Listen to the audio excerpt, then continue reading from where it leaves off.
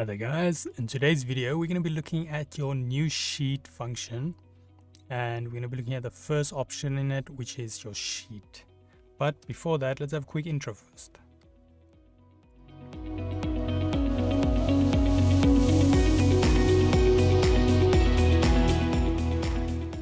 So today's video can be found on softwaretraining.co.za. We make short and easy to watch problem solving videos. We also have daily updates. Otherwise, we go back to the tutorial here. So now, when we're starting with a new project, this is probably quite an important step, and that'll be adding a sheet to your actual project. Now, in order to do that, we can go either to File on top here, by the menu, main menu, and then we go New Sheet, or what we do on our primary toolbar, we can just go here to New Sheet, click that little icon. Now, like I said, if you want to do any cutting or so forth, this is a requirement. Now, the first option we're going to be looking at here is the sheet. You'll see there's a little grayed out box over here called Sheet with a few different options. So we've got X, Y in millimeters, and then the quantity. Now, the quantity is grayed out, but we'll be looking at the X and Y. Now, if you have a specific project and you know the size of your material you're going to be using, so let's say you've got a steel plate and it is 800 by 600, then you'll be typing it in here. But where you type the 800 and 600 is quite important, as if you type it wrong, it's going to, or should I say, if you type it in a certain way, it's going to be a landscape, and in another way, it's going to be a portrait.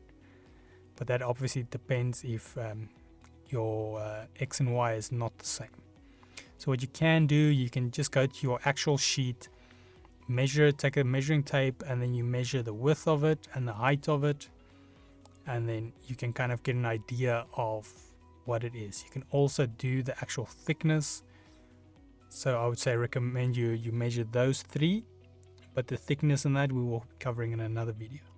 So now let's say your sheet is 800 wide and 600 tall or high. And then what you want to do in the X, which means it's on your horizontal plane, you want to go 800, and then Y is your vertical plane, which this one we will go 600. Now, obviously, let's say it is the other way around, then you can always change this. And also, obviously, depending on your actual CNC machine, the size of it and that, you might have to change the orientation of these ones. And then for now, I'm just going to put in a beam diameter of 1 just so we can start it. Now, if we say OK, you will notice it is created as 800 by 600 plate over here. So now you can see the measurements here in the bottom right. If I zoom here, you can see there is our measurements. Now, obviously, it's a bit hard seeing it there while I am using this my mouse cursor, but we can see over here we are about 0. If we go all the way to the right, it is there on about 800, and then same way if we go from the height, we're looking at 599, so it's probably about 600. There we go. And we go to the bottom, and then once again we have around 0 there. So we know, okay, this is 800 by 600, and you can work with your custom sheet like this.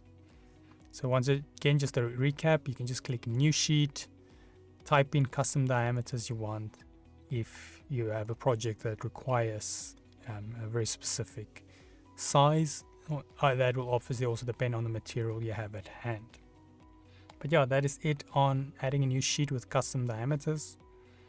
In the meanwhile, before we move to the next, if we go to softwaretraining.co.za, you guys will notice we've got a variety of different softwares we do cover, and you can also isolate your search here on the top right.